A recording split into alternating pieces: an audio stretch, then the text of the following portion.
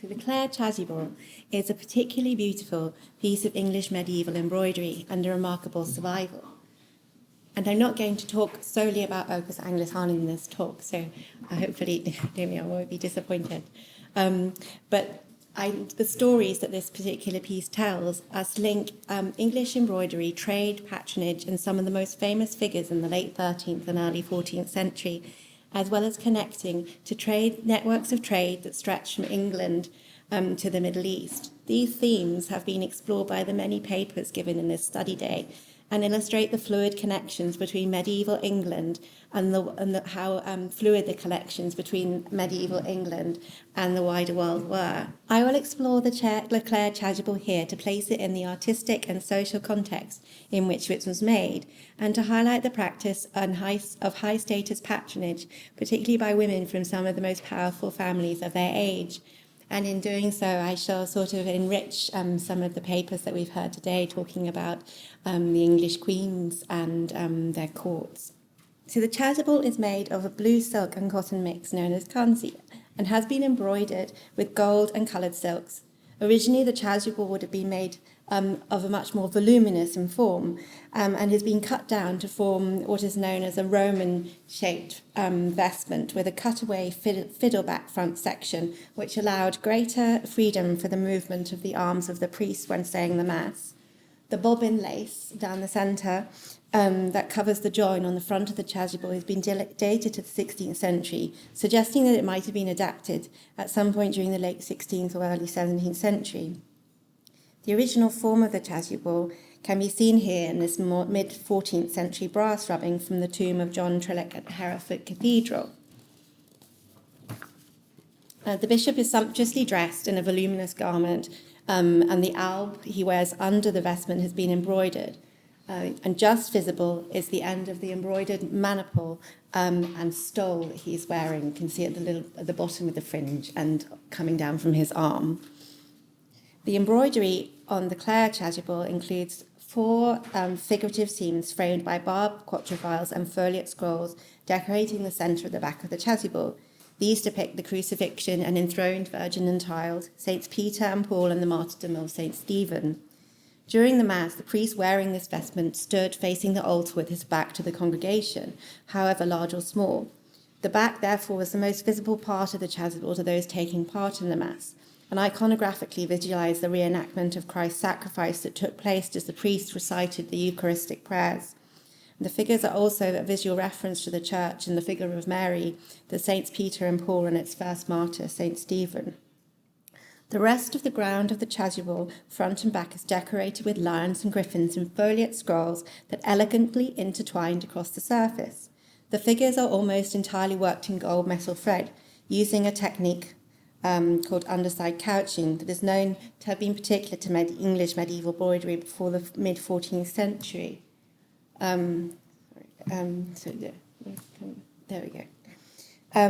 The rich gold thread contrasts vividly against the blue silk ground. Other details, such as the buds and the foliate scrolls, the buds of the foliate scrolls, and you can see the little, you can see them here in the details, and the wings of the griffin are picked out in coloured silks. The fabric for the ground of the chasuble was made in Iran, and its passage to England reflects the complex networks of trade that crisscrossed the Mediterranean Sea, dominated by Italian and Jewish merchants who transported whole silk textiles, as well as the raw materials used to create yarn, threads, ribbons, fringes, laces, and girdles. In England, the making of many of the finest embroideries was a sophisticated business, largely centred in London, and at the time that this piece was made, dominated mostly by women. The Kansi ground is the earliest known use of this form of textile in England, and it is likely that the use of such a rare piece might have heightened its value. Although silks reflected the highest status object in the luxury goods market, imported silks were not completely uncommon in the making of expensive and elite investments for elite patrons. The fragments found in the tomb of Hubert Walter, Archbishop of Canterbury and Chancellor of England to King John between 1199 and 1205, revealed vestments made of figured silks, possibly made in North Africa or Spain, and further examples of silks, as you can see here, and I've just included the reproduction that they have at Canterbury, which gives you an idea of the pattern of the silk. And further examples of luxury silks being imported as the ground for important embroideries can be seen, as we have already seen in the last talk, the mantle of King Roger II of Sicily, the Fermo chasuble of Thomas Becket, which I don't have an image of here, and, for example, the star mantle of Henry II. Luxury silk textiles, frequently woven with a roundel design populated with animals or figures often engaged in combat and sometimes accompanied by inscriptions in Greek or Arabic, are found referenced in inventories in major cathedrals in England, including those of St Paul's Cathedral in London. And this is the entry that describes a figured silk with archers in roundels, the Sagittarius and Pharaohs. Their passage can be traced from both mercantile activity and as high-status gifts between rulers of the Byzantine and Islamic territories of the Mediterranean in Europe. For example, gifts of textiles formed a significant part of the marriage negotiations between the Norman ruler of southern Italy, Robert Guiscard, and the Byzantine Emperor Romanus IV Diogenes in the late 11th century. Guiscard subsequently donated these textiles to the Abbey of Monte Cassino. Frequently, these high-status gifts were dyed using imperial purple reserved only for silks made for the palace, known as Tyrian or Murex purple, or created by exceptionally skilled craftsmen in works in Spain, perhaps sometimes inscribed with inscriptions of caliphs and emperors, woven or embroidered into the design. The value attached to silks lasted long after they aged or became fragmented, and sometimes used as textiles hangings in churches. Frescoes mimicked the original designs of the silks hanging around the sanctuary or the church or chapel. And this is just an example of a textile fresco from the crypt at Chartres. It's not terribly clear, but you can see lions in roundels along the pattern. Sacred books and sacred relics were frequently wrapped in fragments of these precious objects, such as the lining of the Mandilion at Genoa Cathedral, and others could become secondary relics, such as I've just chosen one from the Louvre for a locality, but there's the Shroud of St. Jos, which is originally thought, I think, to be a saddlecloth and bears an inscription dedicated to the ruler Abu Mansur, who died in 961. To come back to the chasuble, it's not surprising that such high-valued objects might be seen as a suitable ground for a highly worked embroidered vestment, and practice of using high-status imported objects within the highest levels of ecclesiastical and secular life. This was a practice not particular to England, but part of a shared appreciation for the rich colour, texture and designs of the objects, the technical knowledge for making which was yet undeveloped in Northern Europe.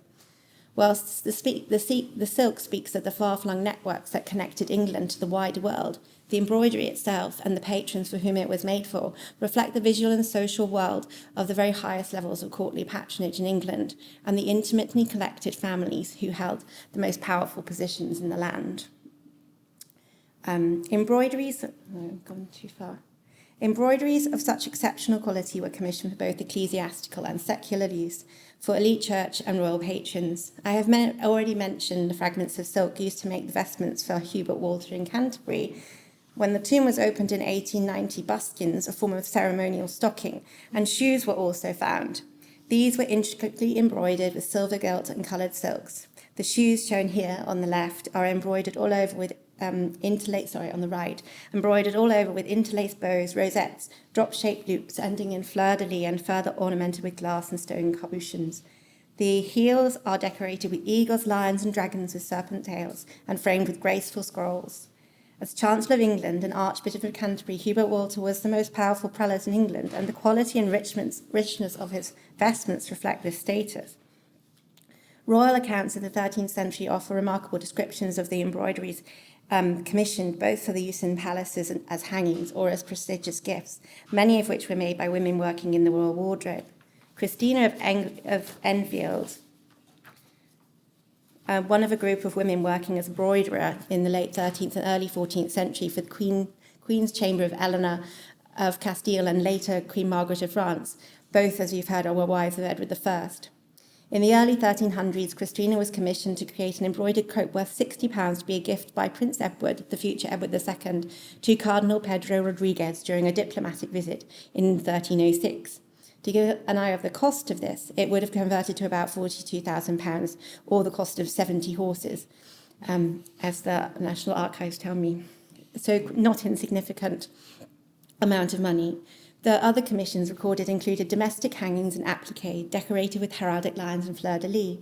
Very few of these medieval secular embroideries survive, but some fragments of what would have been a very sumptuous horse trapping survive again in the Musée de Cluny here in Paris from a slightly later date, and they date to about the mid-14th century.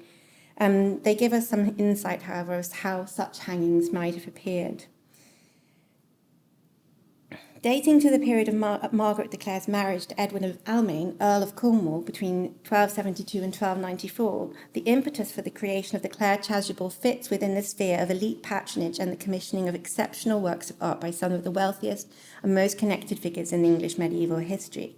In the late 18th century, the chasuble was described in the Gentleman's Magazine, together with the stole and maniple of the same design, probably made from offcuts of the original textile, and it was altered to create its current shape. They were described by the chasuble's then owner, David Wells, and as decorated with the arms of Clare Lacy, who was Margaret's maternal family, Cornwall, Margaret's husband, and England, referring to Edmund's royal blood as grandson of King John and nephew of Henry III. The combination of the arms and the close connections between Margaret and the royal court make this a particularly significant survival, not only of lay patronage, but of a work presumably commissioned by Margaret herself. And fragments of what appear to be de Clare arms on the top left side of the back of the chasuble, I've just highlighted the little section where they appear. And also we have an image from the Gentleman's Magazine of them transcribing the arms as they were found in the 18th century. We do not know for which foundation the chasuble was originally intended. In Wells' account of 1786, he describes it as having acquired it from a gentleman in Wales, the borders of which lay close to the de Clare estates in Gloucestershire, as well as their territories in Wales. I would like to consider that it might once have been commissioned perhaps for the Abbey at Tewkesbury or for Hales Abbey nearby, a major pilgrimage site founded by Edmund of Almain's father, Richard, and to which Edmund himself gave the Abbey's most precious relic of the Holy Blood of Christ in 1270, and where he and his father were also buried. It is, of course, impossible to say this with certainty, but I would like to consider the chasuble alongside the evidence that of continued patronage of Tewkesbury Abbey by the de Clare family, and particularly the de Clare women. Over the course of the second half of the 13th and early 14th century, the Abbey became an important site for the visual expression of the de Clare prestige and their significant royal connections. Margaret's father, Richard de Clare, was one of the most powerful nobles in the court of Henry III. His father, Gilbert, had inherited the earldom of Gloucester, which was one of the richest in the land, through Richard's grandmother and mother, and whilst the de Clare principal territories were based around Clare and Suffolk, the more valuable lands that formed the estates of the earldom of Gloucester ensured that the lands around Tewkesbury were of significant importance, as was its abbey. It became the principal burial place of many of the de Clares during the second half of the 13th century, and the de Clares formed alliances with other powerful English families. In 1214, Gilbert had married Isabel Marshall, his cousin and the daughter of the Earl of Pembroke. In 1237, Richard was married to Maud de Lacy, daughter of the Earl of Lincoln. Margaret's brother, known as Gilbert the Red, would go on to marry Alice, granddaughter of Isabel of Angoulême, who'd been Queen of England and wife of King John, and secondly, Joan of Acre, daughter of Edward I and Eleanor of Castile.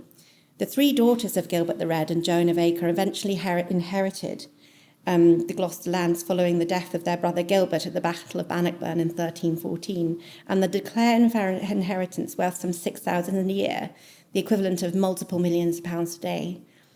Two of these daughters, Margaret and Eleanor, were married to their uncle, Edward II's notorious favourites. Margaret married Piers Gaveston, and after his death, Hugh Audley.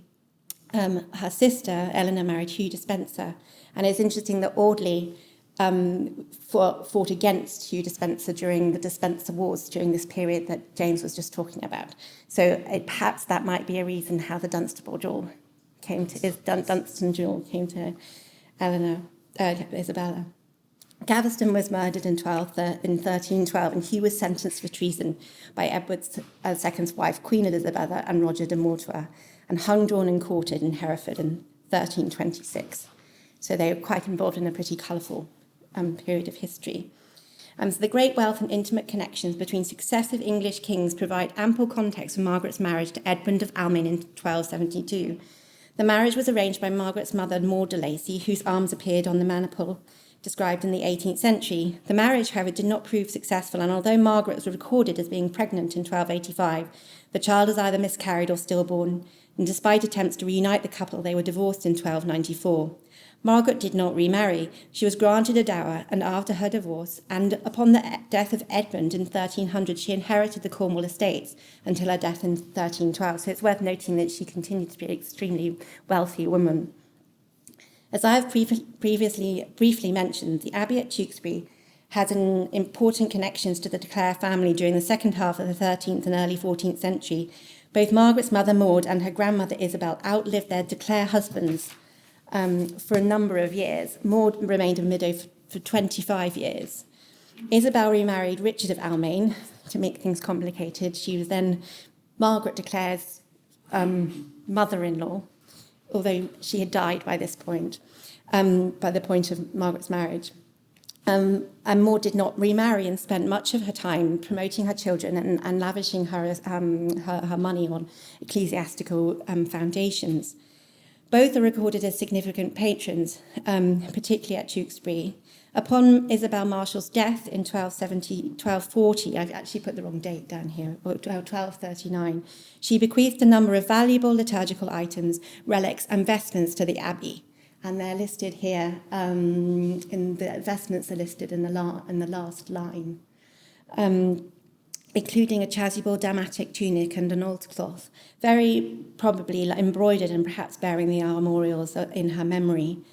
The fact that the vestments are mentioned alongside silver and precious relics highlights their status and value.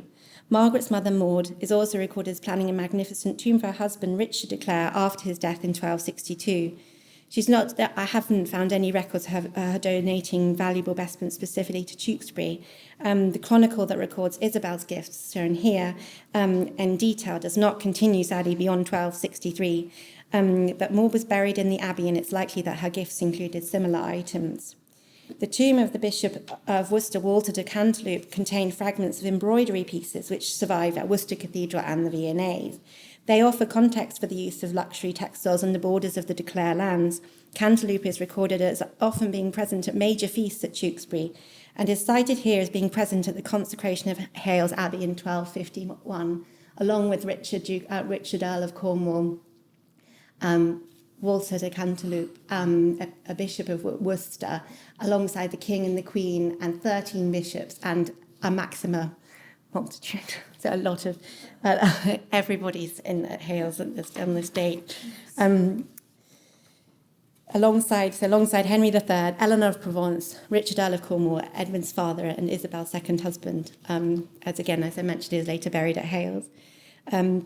It is also recorded that upon opening the tomb of the Tewkesbury abbot John Coates, who died in 1347, fragments of vestments survived, gilded and decorated with de Clare arms. A further panel of English embroidery survives in the collection of the Metropolitan Museum of Art in New York. The arms of England, Leon Castile, and the arms of de Clare are seen on it. And this piece has traditionally been associated with Eleanor of Castile, which is not unlikely given the prominence of the arms of England and Castile, either side of the central panel of the crucifixion. However, it is worth considering that Eleanor's daughter Joan of Acre married Gilbert the Red and became the Countess of Gloucester in 1290. After his death, she did remarry, but she retained control of the Gloucester estates. The royal connections remain central to the identity of the de Clare and later to Spencer family, and it is perhaps not unlikely that this panel might have been commissioned by Joan, or perhaps her granddaughter, who became the Countess of Hastings, the arms of which are also displayed on this panel. Subsequent generations of the de Clare family remained important patrons at Tewkesbury Abbey and are likely to have contributed significantly to the building of these apsidal chapels around the back. Built in the first half of the 14th century, and the magnificent tombs that survive around the sanctuary, it's traditionally supposed thought that Eleanor de Clare, wife of Hugh Despenser, this infamous favourite of Edward II, played a significant role in the funding of these works alongside her son. She commissioned the finely decorated tomb for Hugh the Younger, the bones of which they gathered together in the years following his execution, and the display of them around the country and over a number of years. And the tomb chest, which is now in the Despenser niche, is that of John Coates, and that's where the fragments of the vestments with the de Clare arms were found. And it's also of interest that the arrangement of tombs around the apsidal chapels is very similar to the church at Hales. Hang on, we got, just check this. Yeah. So this is sort of the grounds of Hales Abbey, and that was kind of a reconstruction of its interior by English Heritage. But you can just see the apsidal chapels around the sanctuary. And they're also the chapels at Hales was built by Richard, a brother of Henry III, and this is Henry III's chapels, the apsidal chapels that span around the tomb of Edward Confessor in Westminster Abbey, also contain these royal tombs all around the sanctuary. And then this is an example. This is a historic image of Tewkesbury, and that shows you the de Clare and the Despenser tombs all arranged around the sanctuary of the abbey. And then these are 14th century. This is a mid-14th century glass that was commissioned with, from the left to the right, William de la Zouche, who was the second husband of Eleanor de Clare after Hugh the Younger was executed, and 3 Earl Clares of Gloucester. So it's not impossible to imagine, all of this goes some way to illustrating the status of the family and the importance of the dynastic memory to successive generations. It's not impossible to imagine that the Clare chasuble might have formed part of this visual environment. Its presence in Wales in the late 18th century and the reshaping of the chasuble, probably in the later part of the 16th or early 17th century, suggests that it was owned by and used by a recusant family. The Vaughans were one of the most significant recusant families in the Welsh borders and retained a private chapel which still exists today.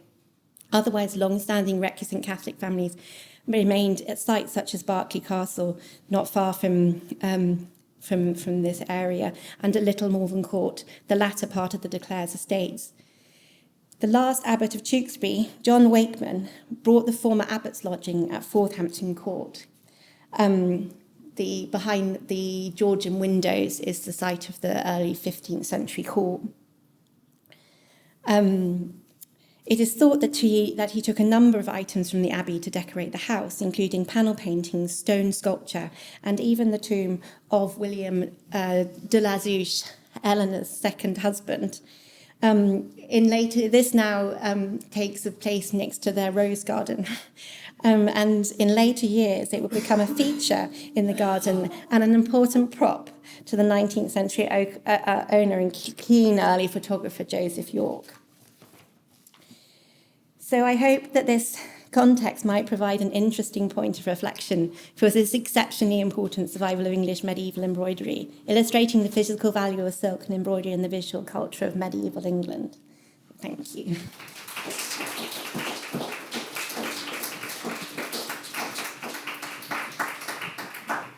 Thank you very much.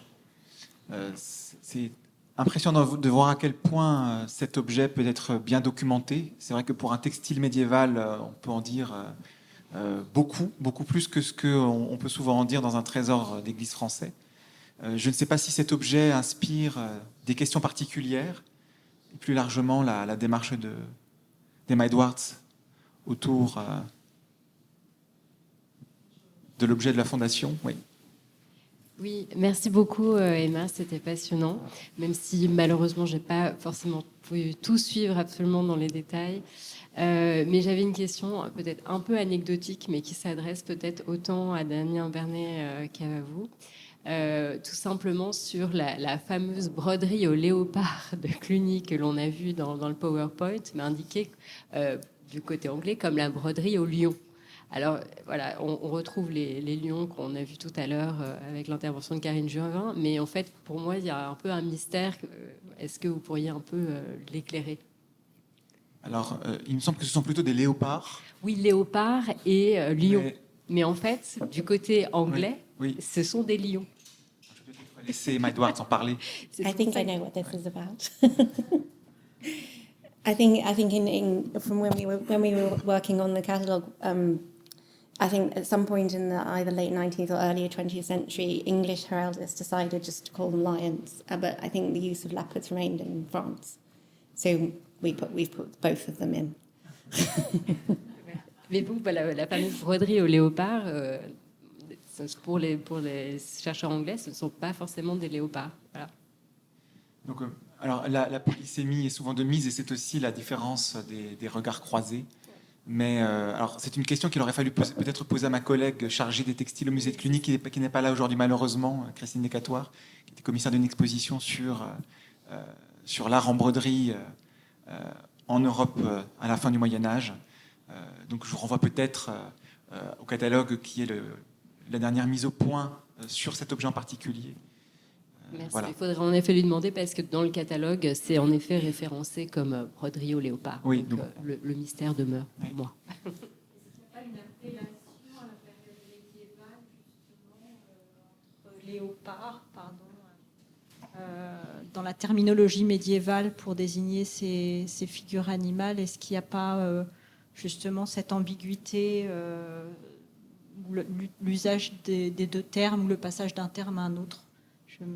J'ai poser une question qui excède ça. ma capacité à vous répondre. Est-ce que ce n'est pas aussi une question de position? Ouais. Il nous manque un héraldiste. Ouais.